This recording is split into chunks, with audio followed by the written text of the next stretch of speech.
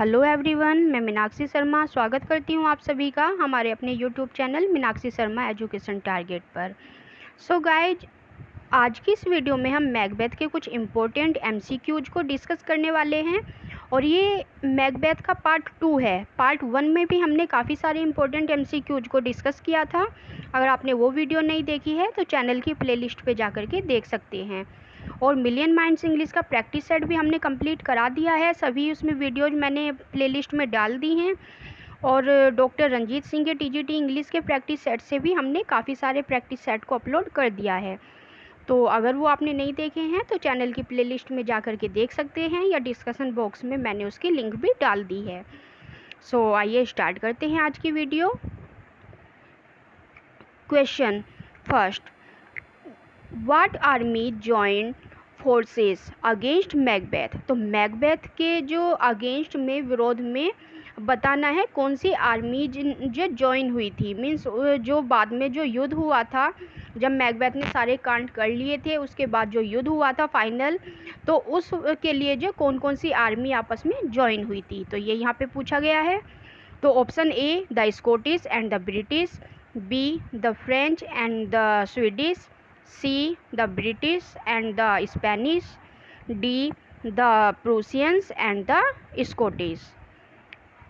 तो correct answer हो जाएगा इसका A the Scottish and the British. Then next,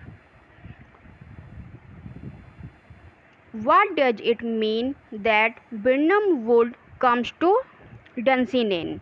तो इसका मीनिंग बताना है हमें कि जो बिर्नम वुड है, वुड होता है जंगल, तो जो बिर्नम का जो जंगल है कम्स टू डंसिनेन, तो डंसिनेन में आने का इसका मतलब क्या है, क्योंकि जंगल तो चल ही नहीं सकता। तो ऑप्शन देख लेते हैं इसके। It is meaningless riddle meant only to confuse, B the advancing army rides to Dunsinane holding branches from Birnam Wood, C. Macbeth's banquet hall in Dunsinane is made from trees from the Birnam forest, and D. Macbeth's body will be buried in Dunsinane in a casket made from the trees of the Birnam forest। So इसका correct answer हो जाएगा B, The advancing army rides to Dunsinane holding branches from Birnam wood। तो जो witches ने prophecy की थी कि जब बिर्नम वुड चल करके तुम्हारे जो डंसिनेन में आएगा, तुम्हारे पास आएगा, तो ही तुम मर सकती हो। तो मैकबेथ भी बिल्कुल निश्चिंत हो गया था कि जंगल तो चल ही नहीं सकते। तो यहाँ पे जो आर्मी थी उन्होंने क्या किया था, जो बिर्नम वुड से जो ब्रांचेस थी पेड़ों की, उनको काट करके उसको होल्ड कर लिया था और तब वो आगे बढ़े थे जिससे कोई उनको रिकॉग्नाइज ना कर सके। Then in what way is Macbeth not of woman born. तो ये भी विचिस की प्रोफेसी थी कि अगर जो कोई भी ऐसा ही इंसान आपको मार सकता है जो कोई वुमन बॉर्न जो जन्म ना हुआ हो, जिसका औरत के द्वारा जन्म ना हुआ हो। तो यहाँ पे देख लेते हैं option. He was adopted as a baby, B his mother was Hecate the goddess of witchcraft, C he was born by caesarean section, and D the phrase is an insult that implies his mother was a prostitute। So here C option will be correct, he was born by cesarean section। क्योंकि जो Macduff था उसका जो caesarean जो process से birth हुआ था, that's why he could kill Macbeth. Then who kills Macbeth and puts his head on a spike. तो मैकबेथ को कौन मारता है और उसके जो हेड होता है उसको काट करके स्पाइक पे उसको टांग देता है। So options are A Macduff, B Malcolm, C Fleance and D Siward. So here correct option will be A Macduff. तो मैकडफ ने ही तो मारा था मैकबेथ को। So it's so easy. Next, whose children are prophesied to one day inherit the throne of Scotland. तो जो witches थी, जो चुड़ैलें थी, उन्होंने किसके बच्चों के लिए प्रोफेसी की थी, भविष्यवाणी की थी कि एक दिन उसके बच्चे जो है थ्रोन ऑफ स्कॉटलैंड, स्कॉटलैंड का जो शासन है, उसका जो सिंहासन है, उस पे बैठेंगे. Option A Macduff's, B Banquo's, C Macbeth's and D Duncan's. So here correct option will be B, Banquo's. Then next is who is Malcolm. अब Malcolm कौन है यहाँ पे? So Banquo's son who becomes king at the end of the play. तो Banquo का बेटा तो ये नहीं था. देखते हैं कौन था.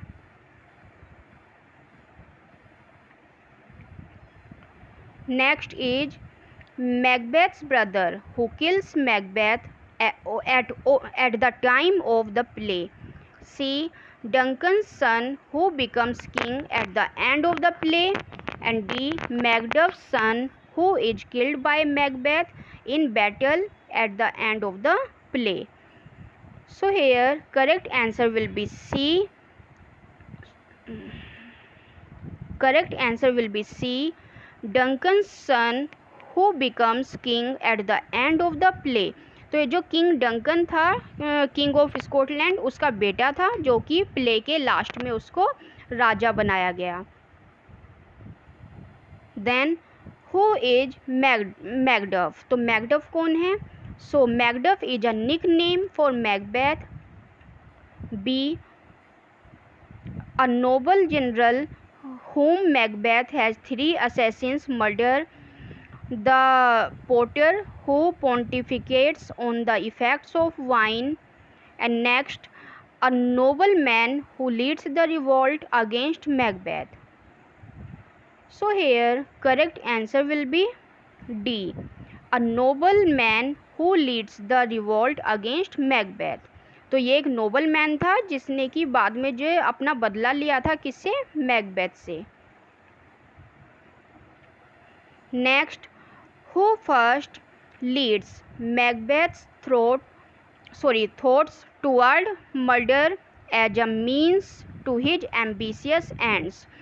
तो किसने स्टार्टिंग में लीड किया था मैकबेथ के विचारों को टुवर्ड्स मर्डर करने के लिए as a means to his ambitious end, जिससे कि उसकी जो महत्वाकांक्षाएं हैं उनकी पूर्ति हो सके. तो options are A the 3 witches, B Duncan, C Fleance and D Hecate. So hair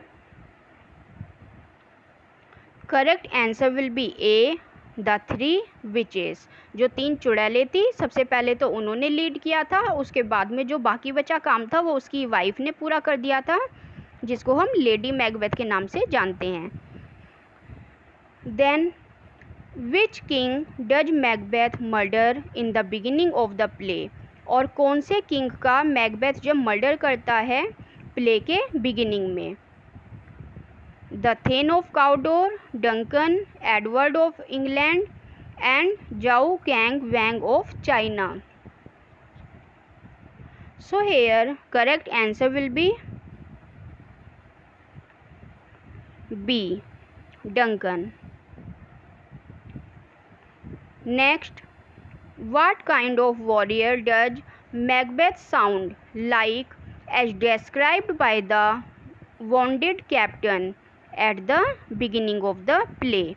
तो किस टाइप के वॉरियर के रूप में मैकबेथ को दिखाया गया है, डिस्क्राइब किया गया है बाय द वॉन्डेड कैप्टन, घायल कैप्टन के द्वारा, at the beginning of the play के बिगिनिंग में. तो जब प्ले स्टार्ट होता है तो इसमें एक घायल कैप्टन दिखाया जाता है जो डिस्क्राइब करता है मैकबेथ की क्वालिटीज को. So here options are treacherous and cowardly, B strong but not particularly intelligent, C honourable brave loyal and D ambitious self centred a good fighter. So The correct answer will be C here, honorable, brave and loyal. तो इन words के द्वारा जो ये wounded captain है ये जो Macbeth को describe करता है. Next, what two impulses are at war with each other within Macbeth's mind. तो मैकबेथ के माइंड में किस तरह के जो इम्पल्सिस थे, विथ वाट टू इम्पल्सिस, कौन कौन से दो इम्पल्सिस थे एट वार के टाइम पे with each other with Macbeth's mind. तो मैकबेथ के माइंड्स में दो तरह के इम्पल्सिस थे, तो वो हमें डिस्क्राइब करने हैं कौन कौन से. Option A, ambition and sense of wrong. B, love and hate. C, yearning to be a father and to be a warrior. And D, gluttony and lust. So here correct answer will be A, ambition and a sense of wrong. कि एक तो उसकी महत्वाकांक्षाएं और दूसरा sense of wrong, उसको पता भी था कि क्या सही है और क्या गलत है. Then next question, how does Lady Macbeth achieve her ambitious plans for Macbeth. तो किस तरह से जो लेडी मैकबेथ होती है वो जो उसका मैकबेथ के लिए जो प्लान होता है उसको किस तरह से अचीव करती है. So options are through threats. B, by committing murder. C, through manipulation. And D, by hiring assassins. तो देखिए इसमें बहुत ज़्यादा कंफ्यूज हो जाते हैं बच्चे. उसमें क्या करते हैं, बाय कमिटिंग मर्डर कर देते हैं, लेकिन दैट इज़ रॉन्ग क्योंकि मर्डर तो मैकबेथ ने किया था, लेडी मैकबेथ ने नहीं किया था.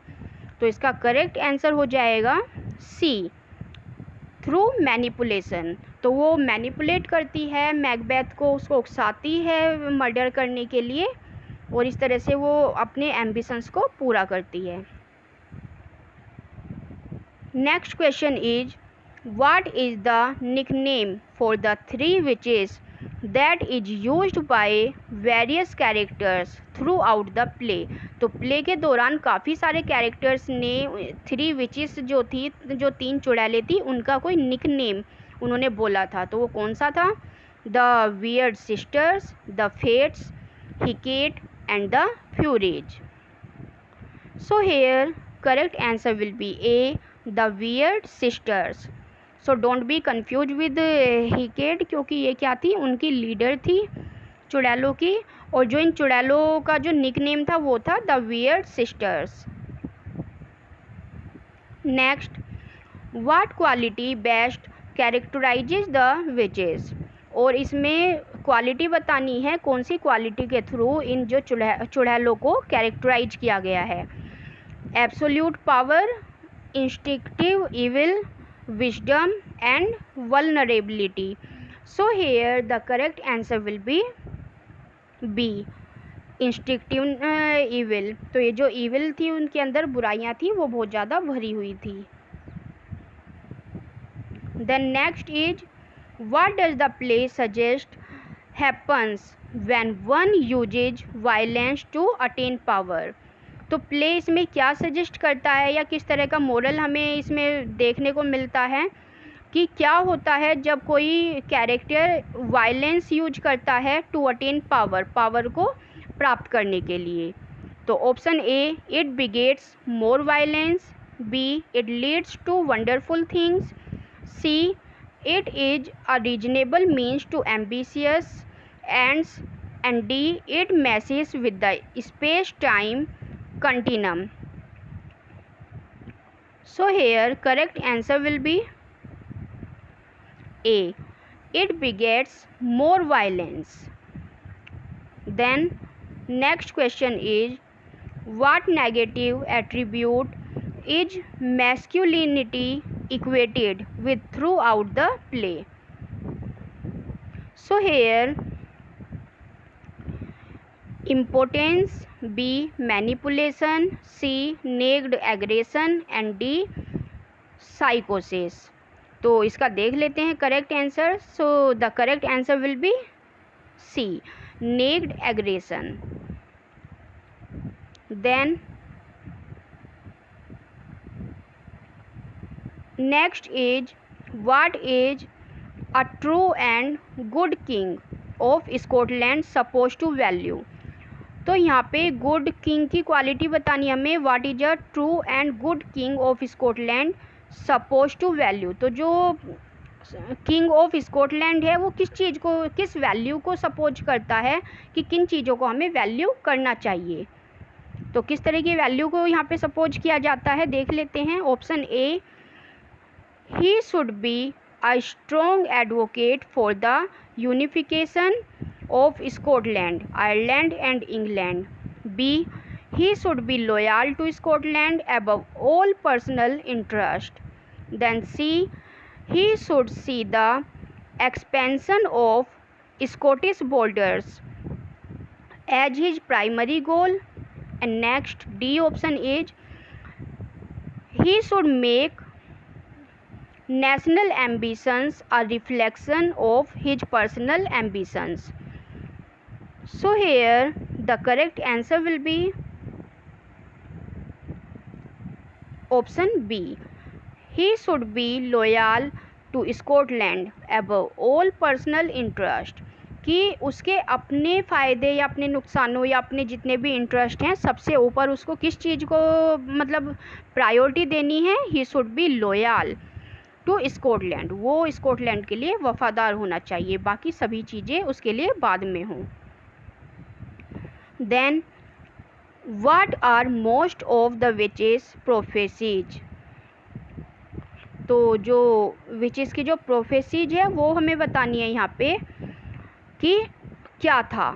Option A, the nursery rhymes without meaning. तो जो प्रोफेसी करती थी वो किस में करती थी, नर्सरी राइम्स में करती थी जिसका कोई मीनिंग नहीं होता था. B, questions that remain unanswered. ऐसे क्वेश्चन जिनका कोई आंसर नहीं होता था. C, riddles that are fulfilled. ऐसी पहेलियाँ, रिडल्स होता है पहेलियाँ जिनको पूरा किया जा सकता था. और D, riddles that are unfulfilled. और ऐसी पहेलियाँ जो अनफुलफिल्ड होती थी. तो इसका करेक्ट आंसर हो जाएगा सी, रिडल्स दैट आर फुलफिल्ड. तो वो अपनी जो भी प्रोफेसी करती थी, जो भी भविष्यवाणी करती थी, पहेलियों के माध्यम से करती थी. तो देख लेते हैं next question.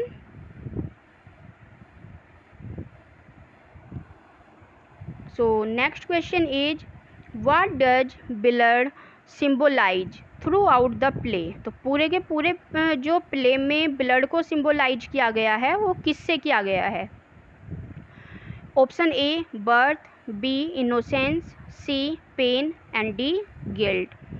So the correct answer will be D here, guilt. तो देखिए लेडी मैकबेथ को भी जब अपनी गिल्ट का मतलब गिल्ट फील हुआ कि हाँ मैंने गलती की है, तो वो भी क्या कहती थी कि कोई भी जो परफ्यूम जो अरेबिया का इन हाथों को साफ़ नहीं कर सकता जिन पे ब्लड लगा हुआ है. तो ये उसके गिल्ट को यहाँ पे शो करता है. तो next is, who kills Macbeth. तो मैकबेथ को कौन मारता है यहाँ पे. Option A, Macduff. B, Banquo. C, lady Macbeth and D, Malcolm.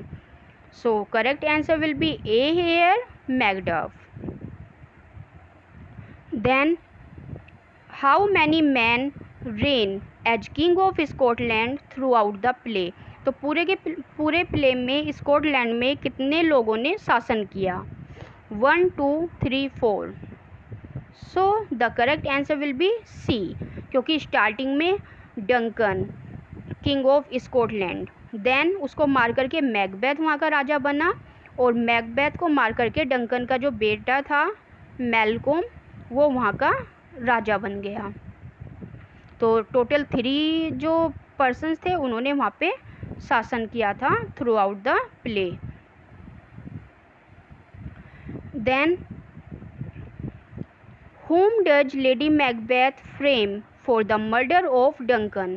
तो मर्डर करने के लिए डंकन का लेडी मैकबेथ किसको फ्रेम करती है कि किसके ऊपर वो अपना सारा गिल्ट डाल देगी. So options are Malcolm and Donald. B, Duncan's drunken chamberlains. C, the porter and D, Macbeth. So here correct answer will be B here, Duncan's Duncan Chamberlain. तो जो उसके चैम्बरलेन्स थे, जो बाहर खड़े हुए लोग थे, उसकी सेवा में खड़े रहते हैं, तो वो उनके ऊपर सारा का सारा ब्लेम डाल देती है। Then who kills Banquo, Banquo को कौन मारता है? Option A Macduff, B Fleance, C Macbeth and D a group of murderers hired by Macbeth. So here correct answer is D, a group of murderers hired by Macbeth. Next, which of the following best describes Lady Macbeth's death? तो lady Macbeth की death को इनमें से कौन सा option सबसे अच्छे से डिस्क्राइब करता है? Option A she dies off stage, वो ऑफ स्टेज मरी थी। B she sleepwalks off the palace wall. C she declares her own guilt and stabs herself with a knife, and D Macduff slays her in revenge for his own wife's murder. So here correct answer will be A, she dies of stage. तो वो off stage मरी थी, ये दिखाया ही नहीं गया है कि उसकी जो डेथ थी वो किस तरह से हुई थी। सिर्फ एक मैसेंजर आया, उसने बता दिया कि हाँ आपकी बीवी की, मैकबेथ से बताता है कि लेडी मैकबेथ की डेथ हो चुकी है। Then who discovers Duncan's body, तो डंकन्स की बॉडी को कौन डिस्कवर करता है? लेनॉक्स, रॉस, मैकडफ और Donald. Correct option will be C, Macduff. Next, whom does Macbeth see sitting in his chair during the banquet? तो मैकबेथ किसको देखता है बैंकेट में चेयर पे बैठे हुए? Option A himself, B Banquo's ghost, C Duncan's ghost and D Lady Macbeth. So here correct option will be B, Banquo's ghost. तो पहले तो बैंक्यू को मरवा देता है वो, और फिर उसके घोस्ट से डरता हुआ घूमता है, क्योंकि उसको बैंक्यू का घोस्ट दिखाई दे रहा था। नेक्स्ट,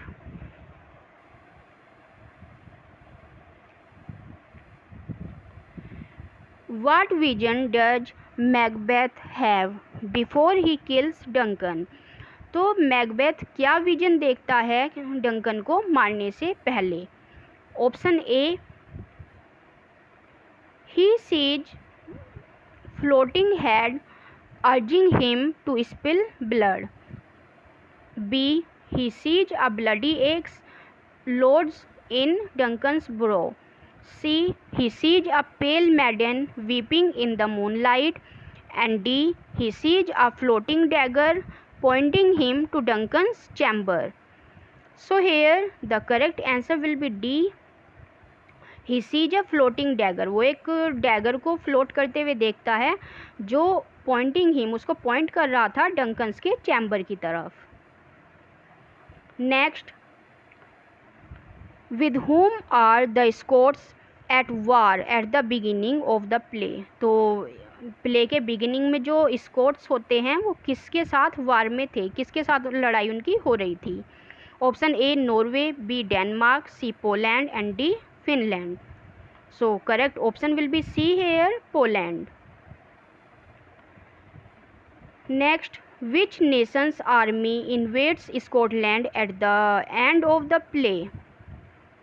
तो स्कॉटलैंड में कौन से नेशन की आर्मी इन्वेड्स करती है, आक्रमण करती है स्कॉटलैंड पर प्ले के एंड में? Option A Norway, B France, C England and D Finland. So correct option will be C, England. Next, who is the goddess of witchcraft in the play? तो जो विच क्राफ्ट की जो इसमें देवी दिखाई गई है वो कौन है? एफ्रोडाइट, हिकेट, मिनर्वा और Mordred. So the correct answer will be B, Hecate. Next, who kills Donalbain को कौन मारता है? So A Macbeth, B Malcolm, C a group of murderers hired by Macbeth and D no one. Correct answer will be no one, क्योंकि उसको कोई नहीं मारता, वो जिंदा रहता है पूरे प्ले में।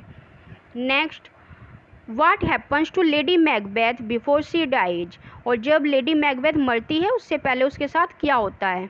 Option A, she is plagued by fits of sleep walking, B she is haunted by the ghost of Duncan, C she sees her children killed in battle, and D, she sees her children killed by Macbeth. So here correct answer will be A, she is plagued by fits of sleepwalking. तो देखिए वो जो sleep walking, नींद में चलने की बीमारी उसको लग गई थी, उसको फिट्स पड़ते थे नींद में चलने के। Next question is who kills Lord Siward son? तो लॉर्ड सिवार्ड के बेटे को कौन मारता है? Option A Duncan, B Lennox, C Macbeth and D Ross. So the correct answer will be C Macbeth. Next, where are Scottish kings crowned? तो जो Scottish जो किंग्स थे वो कहाँ पे उनको क्राउंड किया जाता था? Option A Edinburgh, B Scone, C London and D Dunsinane. So here correct answer is given option B Scone. Next, why is Macduff able to kill Macbeth? Desire the witch's prophecy. तो यहाँ पे पूछा गया है कि Macduff क्यों able था Macbeth को मारने के लिए अकॉर्डिंग टू विचेस प्रोफेसी। तो विचेस ने जो प्रोफेसी की थी कि कोई भी जिसकी नॉर्मल डिलीवरी हुई है वो मैकबेथ को नहीं मार सकता, तो वो क्यों एबल था? तो अभी हमने आगे पढ़ा भी था इसका आंसर। तो correct answer is he was born by caesarean section. Next, where is Duncan killed? Duncan को कहाँ मारा जाता है? In the battle with Norway, in his bed chamber at Macbeth's castle, in his bed chamber at Forres and at Birnam Wood. So correct option will be B here, in his bed chamber at Macbeth's castle. तो Macbeth का जो castle था वहाँ पे Duncan के bed chamber में ही उसको मार दिया जाता है सोते हुए। Next, who flees Scotland to join Malcolm in England? तो कौन जो है स्कॉटलैंड भाग जाता है मैलकॉम को ज्वाइन करने के लिए? नहीं, हु फ्लीज स्कॉटलैंड, कौन स्कॉटलैंड से भाग जाता है टू जॉइन मैलकॉम, मैलकॉम को ज्वाइन करने के लिए इन इंग्लैंड, इंग्लैंड में। तो मैलकॉम पहले इंग्लैंड भाग गया था खुद की जान बचा करके, और उसके बाद कोई और कैरेक्टर भी था जो स्कॉटलैंड को छोड़ करके मैलकॉम के पास इंग्लैंड चला गया था। Option A Donalbain, B Ross, C Macduff and D Lennox. So here correct answer will be C Macduff. लेकिन ये अपनी जान बचाने के लिए नहीं भागा था, ये भागा था उन लोगों से हेल्प मांगने के लिए जिससे सब मिल करके उस पर अटैक कर सकें। Then what was the weather like the night Duncan was murdered? तो जिस रात डंकन का मर्डर हुआ उस रात का वेदर यहाँ पूछा गया है कैसा है? Option A stormy and violent, B calm and placid, C foggy and ominous, and D it was a night like any other night according to Lennox. Option A will be correct here, stormy and violent. तो वो उस दिन की जो रात थी वो कैसी थी? स्टॉर्मी थी, बिल्कुल जो तूफान आया हुआ था, और बिल्कुल वायलेंट मौसम था वहाँ पे। Then so it is called atmosphere, कि किस तरह का जो है वहाँ पे सीन दिखाने वाले हैं, तो उसी तरह का राइटर जो है वहाँ पे एटमोसफेयर क्रिएट कर देते हैं। So that is called atmosphere in literary term. Next, who kills lady Macbeth? Lady Macbeth को कौन मारता है? So correct answer is D here, lady Macbeth, कि उसको कोई नहीं मारता, वो अपनी खुद की मौत मर जाती है। जो उसने गिल्ट किया था वो उसी के पश्चाताप में मर जाती है। Then who flees Scotland immediately after Duncan's death, तो डंकन्स की जो डेथ के बाद जो तुरंत वहाँ से स्कॉटलैंड से कौन भाग जाते हैं? So A Macbeth, B Malcolm and Donald, C Fleance and D Lennox. तो मैकबेथ तो भाग ही नहीं सकता, उसने ही मारा था, तो कौन भागता है? B Malcolm and Donald. So they both are sons of Duncan, king Duncan, और ये दोनों डर के भाग जाते हैं कि नेक्स्ट नंबर अब इन्हीं का है। Who jokes that he works at hell gate, तो कौन जो मजाक करता है कि वो कहाँ काम करते हैं? हेल गेट पर, नरक के दरवाजे पर।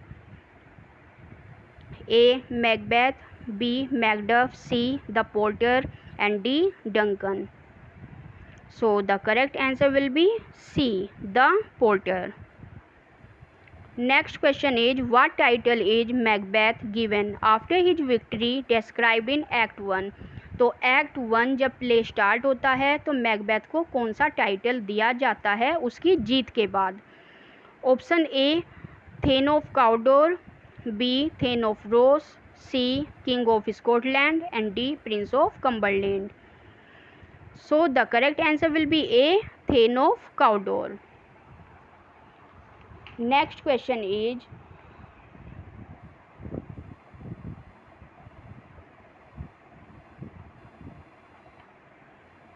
who tells Macduff that his family has been killed? तो मैकडफ को कौन बताता है कि उसके परिवार को मार दिया गया है? तो मैसेंजर का नाम बताना है। Option A Donald, B Macbeth, C Lady Macduff and D Ross. तो देखिए दो ऑप्शन तो ऐसे ही यहाँ हट गए क्योंकि मैकबेथ ने तो उसको मारा ही था, तो वो क्यों बताएगा? और दूसरा लेडी मैकबेथ, ये मैकबेथ की अच्छा लेडी मैकडफ, तो उसको तो मार ही दिया गया था, तो वो तो बता ही नहीं सकती थी। डोनाल्ड पहले से ही इंग्लैंड में रह रहा था, वो भी नहीं बता सकता था। So here correct option will be D Ross. Next question is, how does Birnam Wood come to Dunsinane? तो बिर्नम वुड किस तरह से डंसिनेन में आया? तो अभी एक क्वेश्चन ऐसा ही हम ऊपर पढ़ भी चुके हैं, तो देख लेते हैं। इसका सीधे करेक्ट आंसर बता देती हूँ मैं। तो option D will be correct here, Malcolm's army hides behind cut off tree branches. तो मैल्कोम की जो आर्मी थी जो इंग्लैंड से आई थी, तो या जिन्होंने उनको ज्वाइन किया था, वो सब क्या थे? उन्होंने ट्रीज की जो बड़ी बड़ी ब्रांचेस है उनको काट करके और उनके पीछे उन्होंने खुद को हिट कर लिया था और तब वो लड़ने के लिए आए थे।